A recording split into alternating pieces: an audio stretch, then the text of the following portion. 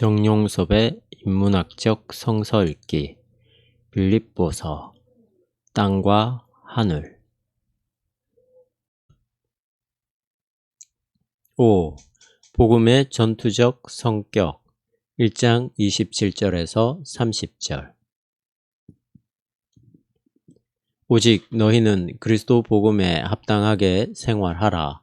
이는 내가 너희를 가보나 떠나 있으나 너희로 일심으로 서서 한 뜻으로 복음의 신앙을 위하여 협력하는 것과 아무 일에든지 대적하는 자를 인하여 두려워하지 아니하는 이 일을 듣고자 함이라. 이것이 저희에게는 멸망의 빈거요 너희에게는 구원의 빈거니 이는 하나님께로부터 난 것이니라. 그리스도를 위하여 너희에게 은혜를 주신 것은 다만 그를 믿을 뿐 아니라 또한 그를 위하여 고난도 받게 하심이라. 너희에게도 같은 싸움이 있으니 너희가 내 안에서 본 바요 이제도 내 안에서 듣는 바니라. 바울은 빌립보 교인들을 칭찬만 하거나 위로만 하지 않고 오히려 복음으로 권면하고 도전했습니다. 칭찬과 위로는 듣기 좋은 말이지만 강력한 권면은 부담스러운 말입니다. 그러나 그것이 바른 길이었기 때문에 바울은 빌립보 교인들을 진정으로 사랑하는 마음으로 이런 말을 할 수 있었습니다. 이것을 그는 고난과 싸움이라는 말로 표현했습니다. 바울의 경우에 기독교인의 삶은 그리스도의 군사가 되는 길이었기 때문에 그것 자체가 고난이며 싸움이었습니다. 그의 생각은 전적으로 옳습니다. 아직 하나님의 통치가 세상에 완전히 이루어지지 않았기 때문에 미래로부터 다가오는 하나님의 통치에 근거해서 살아가는 기독교인의 삶은 이 세상에서 갈등을 겪지 않을 수 없습니다. 경건성과 윤리의 한계 기독교인의 본질이 싸움이라고 해서 사사건건 문제를 만들고 공연히 트집을 잡는다는 말은 아닙니다. 오히려 분쟁이 있는 곳에서 화해를 일으키고 나누인 곳에서 일치를 만들어 가야 합니다. 따라서 기독교인의 싸움이라는 것은 대단히 포괄적이면서도 동시에 아주 제한적인 의미로 이해되어야 합니다. 그 경계는 바로 복음입니다. 그리스도의 복음에 합당하게 사는 것이 바로 기독교인의 싸움입니다. 일반적으로 우리들은 복음, 유앙겔리온에 합당한 삶을 아래와 같이 두 가지로 생각합니다. 첫째는 완전한 경건 생활입니다. 성수주일, 11주, 기도생활, 전도, 교회 봉사를 복음으로 생각한다는 말입니다. 이런 행위들은 물론 신앙생활에서 권장되어야 할 요소들이기는 하지만 기독교의 복음 자체는 아닙니다. 복음은 그야말로 인간의 어떤 능력이나 노력으로 가능하지 않은 하나님의 선물이 우리에게 주어졌다는 소식이지 우리의 온갖 수고로 채워가야 할 어떤 목표가 아닙니다. 그런데도 상당한 경우에 이런 경건 생활을 복음의 내용으로 간주하다 보니 교회와 신앙생활에서 억지스러운 일들이 일어나며 기쁨이 아니라 부담만 가중됩니다. 예수님은 수고하고 무거운 짐을 진 자들을 편히 쉬게 해주기 위해서 오셨다고 했는데 교회는 오히려 신자들에게 그런 짐을 무겁게 합니다. 이것은 분명히 복음의 왜곡입니다. 둘째는 완전한 도덕성입니다. 어느 정도 현대화되었다고 생각하거나 지성적이라고 생각하는 교회에서는 기독교인의 윤리적인 책임을 강조합니다만 이런 윤리와 도덕도 역시 권장될 사항에 불과하지 복음 자체는 아닙니다. 그리스도의 복음이 정말 복음이라면 도덕적이지 못한 사람들에게도 당연히 타당해야 하는 게 아닐까요? 복음은 윤리를 뛰어넘는 문제라는 말입니다. 간음죄로 현장에서 붙잡힌 여인에게도 유효한 사건이며 생존에 급급하여 고급한 윤리 문제와 무관하게 살아가는 사람들에게도 유효한 사건이어야 합니다.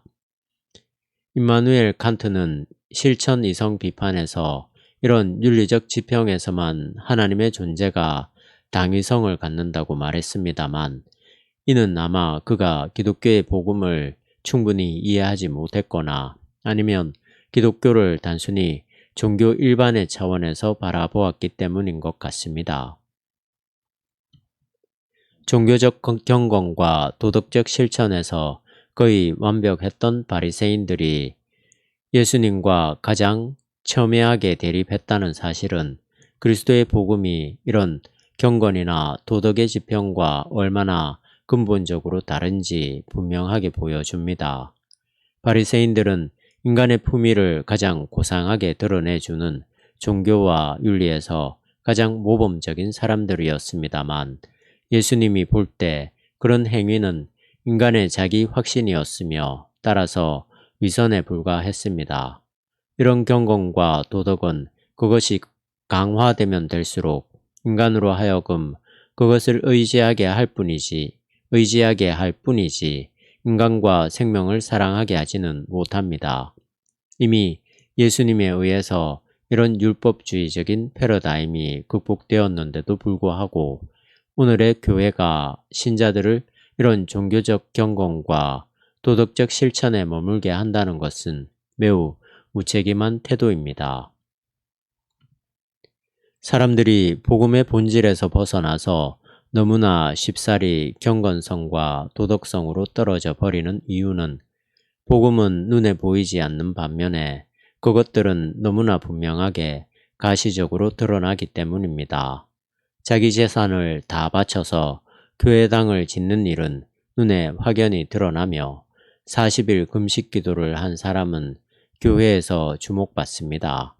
정기적으로 고아원이나 양로원을 방문하는 일도 우리 손에 확실하게 잡힙니다. 원래부터 인간들은 눈에 보이는 이런 일을 가장 확실한 것으로 믿는 경향이 있기 때문에 모세는 십계명의 첫 머리에서 하나님을 위한 형상을 만들지 말라고 경고했습니다. 오늘의 세계가 외면적으로 여전히 정치적이고 경제적인 힘들에 의해 지배받고 있다는 사실도 역시 이를 말합니다. 그리스도의 복음은 구원과 생명의 문제입니다. 예수 그리스도를 믿고 죄에서 해방되고 죽음에서 부활한다는 희망에 관한 사실입니다. 누가 더 잘 사는가? 누가 더 세련되었는가? 누가 더 아름답고 건강한가? 누가 더 착한가? 누가 더 기도를 잘하는가의 문제가 아니라 누가 하나님의 생명에 연합되어 있는가의 문제입니다. 하나님의 나라가 가까이 임했다는 소식이 바로 그리스도의 복음이라는 말입니다. 예수님은 가까이 임한 하나님의 나라에 참여하기 위한 준비로서 오직 한 가지만 말씀하셨습니다. 회개하시오. 하나님의 나라가 가까이 임했소. 마태복음 3장 2절, 마가복음 1장 15절.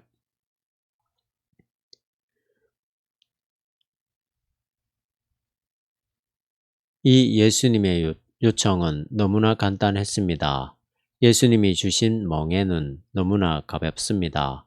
그 당시에 무식했던 사람들, 경건하지 못했던 사람들에게 이 말씀은 너무나 반가운 소식이었습니다만, 반면에 자기 자신을 위해서 준비를 많이 한 사람들에게는 매우 불쾌한 소식이었습니다. 그저 회개하는 것으로 하나님의 나라에 들어갈 수 있다면 자신들이 평생에 걸쳐 쌓아놓은 모든 업적은 휴지가 되어버리기 때문입니다. 그의 명예와 부는 물론이고 경건과 도덕, 종교와 사회체제까지 물거품이 되어버리기 때문입니다. 그들에게는 이것이 믿지는 장사였기 때문에 예수님의 복음을 도저히 받아들일 수 없었습니다. 이런 면에서 볼 때 하나님의 나라에 참여하는 기준이 다만 회개뿐이라는 가르침은 사실 쉬운 게 아니라 감당하기 어려운 일입니다. 왜냐하면 회개라는 뜻의 헬라어 메타노이아는 삶의 방향을 근본적으로 전환하는 일이기 때문입니다. 과거에 행한 몇 가지 부도덕한 행위를 뉘우치거나 교회 생활을 등한히 한 것에 대해서 반성하는 일은 아주 쉽지만 하나님을 향해서 삶의 방향을 바꾸는 일은 자기의 능력과 업적을 중요하게 생각하는 한 도저히 불가능합니다. 기도 시간을 대폭적으로 늘릴 수는 있고 헌금을 세상이 깜짝 놀라게 할 수도 있고 헌금을 세상이 깜짝 놀라게 할 수도 있고 봉사 생활을 뼈가 부서질 정도로 할 수는 있습니다만 자기의 업적과 능력을 포기할 수는 없습니다. 이런 점에서 복음에 합당하게 사는 일은 근본적으로 회심이 이루어지지 않는 한 쉬운 게 아닙니다. 그래서 바울은 일심으로 서서 한 뜻으로 복음의 신앙을 위해 협력하라 라고 말합니다. 우리 개역 성경에는 일심으로 라고 되어 있습니다만 원래는 여러분이 한 영 안에 굳게 서서라는 뜻입니다. 이 세상에서 복음에 합당하게 살아가기 위해서는 우선 하나님과의 관계를 가능하게 하는 영적인 삶이 필요합니다. 이런 삶의 결과로 신자들은 같은 마음을 갖게 된다고 볼 수 있습니다. 결국 우리 기독교인들의 삶은 하나님과의 관계로부터 규정되어야 한다는 말이 됩니다. 복음 지향적 구조.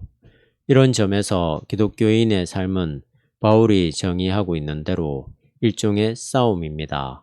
복음을 위한 싸움입니다. 그리스도의 군사로서 복음을 위해서 싸우는 것이 바로 기독교인의 삶이라는 말입니다.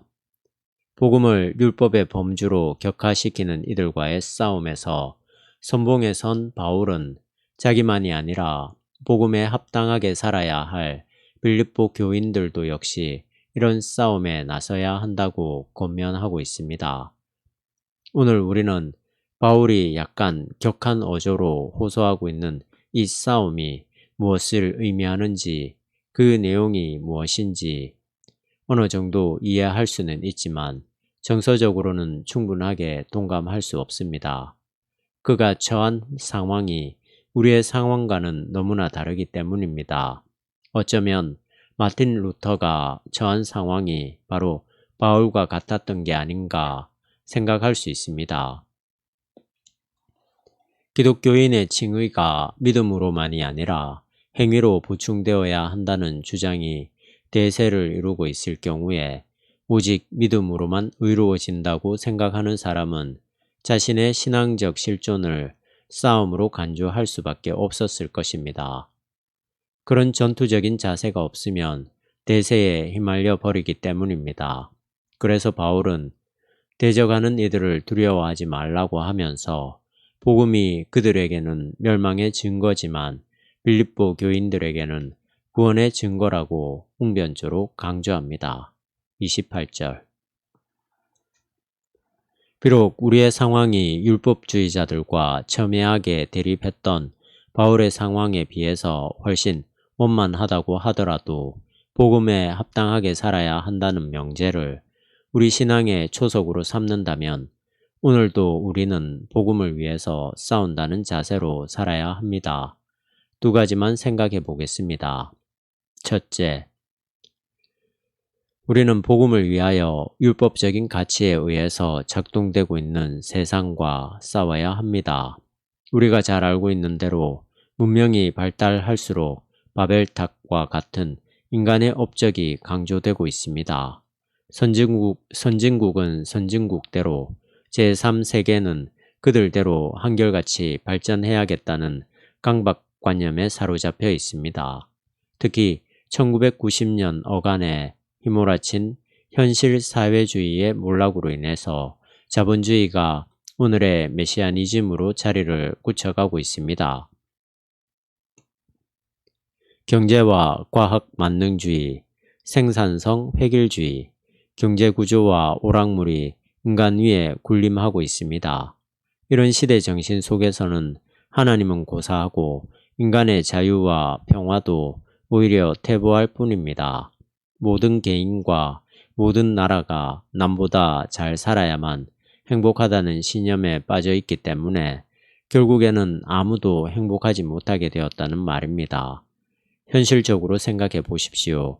미국의 사회체제와 설계들이 사람들을 진정으로 행복하게 만들어준다고 확신할 수 있습니까? 그들은 어떤 이유로 자신들이 풍요롭게 살게 되었는지 별로 진지하게 생각하지 않고 현재의 조건만을 즐기려고 합니다. 독일 사람들이 정말 행복할까요? 아니면 스위스 사람들입니까? 물론 민주적인 사회체제가 굳건한 나라에서는 그나마 인간의 인간다운 삶과 자연과의 일치가 어느 정도 배려되고 있습니다만 그것도 역시 어느 한계 안에서만 타당할 뿐이지 하나님의 나라가 가까이 왔으니 회개하라는 복음의 기준에는 참으로 요원합니다. 일종의 혁명적 자기 변혁이라 볼 수 있는 하나님의 나라를 향해서 방향을 바꾸는 일이 일어나지 않는 한 그들의 경건과 도덕성은 자기 과시이고 자기 만족에 불과합니다. 이런 상태에서는 그럴듯하게 보일 수는 있지만 구원받을 수는 없습니다.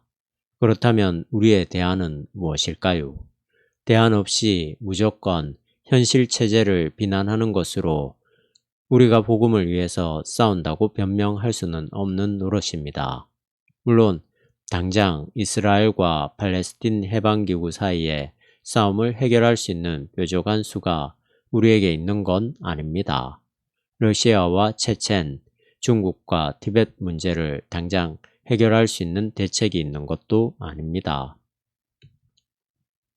우리 기독교인이 어떤 사안에 접근하는 것은 정치나 경제적 논리나 아니면 사회심리학적 분석이 아니라 성서적 전통과 신학적 해석에 근거하고 있기 때문에 어떤 면에서 추상적인 것처럼 보입니다. 그러나 우리가 할 수 있는 일은 이 세상의 미래와 종말에 대한 궁극적인 방향을 제시하는 것이지 실용적인 프로그램을 구성하는 게 아니기 때문에 어쩔 수 없이, 아니 당연하게 예언의 방식을 취할 수 있을 뿐입니다. 이 예언에 근거해서 구체적인 대안은 담당자들이 모색해야만 합니다. 따라서 우리는 일종의 프로그래머로서가 아니라 예언자로서 이 세상과 경쟁하고 투쟁합니다.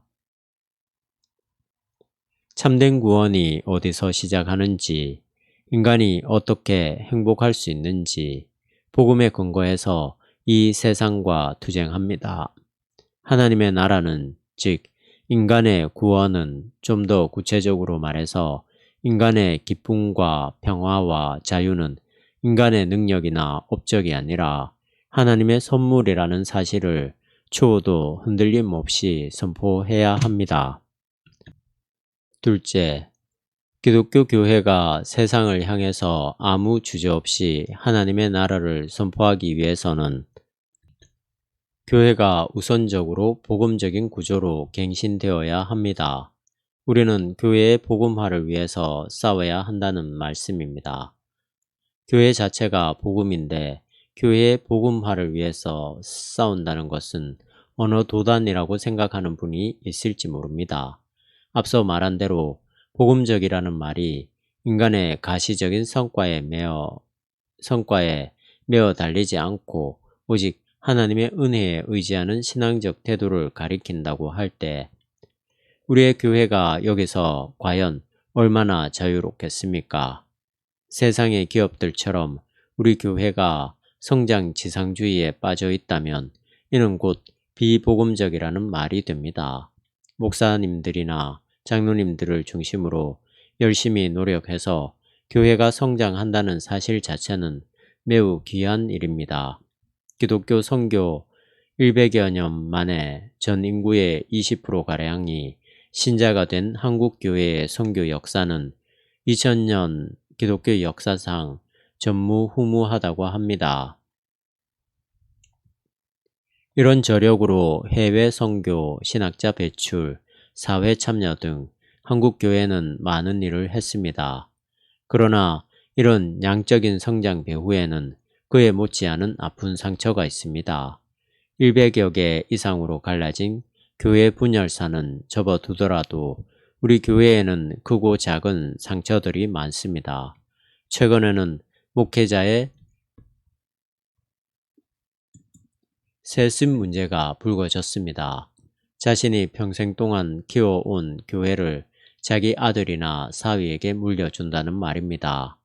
작게 보면 작은 일이지만 우리 교회의 진면목을 보여주고 있다는 점에서 그 무엇보다도 심각한 문제입니다. 대외 명분으로는 교회의 발전을 말하지만 내심으로는 교회를 사유화하려는 태도입니다. 이런 사태 앞에서 교회는 교회를 위해서 존재하는 게 아니라 하나님의 나라를 위해서만 존재한다는 사실을 좀 더 분명하게 목회의 명제로 삼아야만 교회의 복음적 정체성을 유지시켜 나갈 수 있을 것입니다.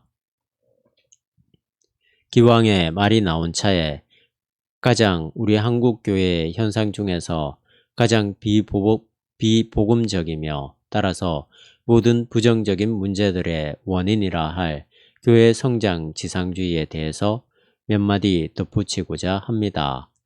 물론 교회 성장의 당위성이나 긍정적인 요소들을 전제하고 드리는 말씀입니다. 교회 성장 지상주의는 실제로 기독교 교회 사이의 진정한 일치를 그 뿌리로부터 저해하고 있습니다. 교회 성장을 교회의 본질인 것처럼 생각하니까 교회 간의 일치가 부차적인 요소로 미루어지게 됩니다. 그것은 아주 당연한 이치입니다. 같은 지역에서 같은 대상을 놓고 서로 자신의 교회로 이끌어 오는 것만을 목표로 하기 때문에 교회끼리 경쟁을 펼치게 되고 이런 경쟁은 상대방을 극복해야 할 대상으로 여기게 됩니다. 상생의 관계가 아니라 상극의 관계가 이루고 있는 셈입니다. 상극의 관계를 이루고 있는 셈입니다. 교회 성장 지상주의는 목회자들 상호 간에도 일치를 이루지 못하게 합니다. 큰 교회를 맡고 있는 목회자들은 어떤 모임에 참석하더라도 그에 상응하는 발언권을 갖지만 작은 교회를 맡고 있는 목회자는 그의 생각이 아무리 정당하더라도 그만큼 인정을 받지 못합니다. 그러다 보니 큰 교회 목회자는 교만하게 되고 작은 교회 목회자들은 열등감에 빠집니다. 과연 이런 상황에서 모든 교회와 모든 목회자들이 예수님을 그리스도로 믿고 그의 구원 사역을 선포하는 과업에서 일치감을 가질 수 있을까요? 사실 교회의 성장은 하나님의 나라에서 볼 때 부차적인 요소입니다. 하나님의 나라는 오히려 어떤 가시적인 힘이 아니라 그 힘의 본질이 무엇이냐에 달려 있습니다. 우리가 십자가에 달리신 예수님을 믿는다면, 갈릴리 어부들에 의해서 시작된 예수님의 복음을 믿는다면 그 힘이 어떤 성격이어야 하는지 아주 분명합니다. 그렇습니다. 교회의 복음화는 모든 인간적인 설계와 염려를 접어두고 비록 불확실한 것처럼 보이지만 오직 하나님의 나라와 그 구원과 그 생명만을 집중적으로 추구하는 데에 달려 있습니다. 이렇게 개별 기독교인들과 교회가 전적으로 하나님 나라를 지향하는 데서 자신의 자리를 찾고자 한다면 결국 그것으로 인한 시련과 싸움까지 감당하지 않을 수 없을 것입니다. 공연히 시시비비에 휩쓸리는 일이라면 늘 물러서야겠지만 하나님 나라의 복음을 위한 투쟁이라면 그 어떤 시련이 기다리고 있더라도 기꺼이 받아들여야 합니다. 바울의 표현에 따르면 이것도 역시 하나님의 은혜입니다.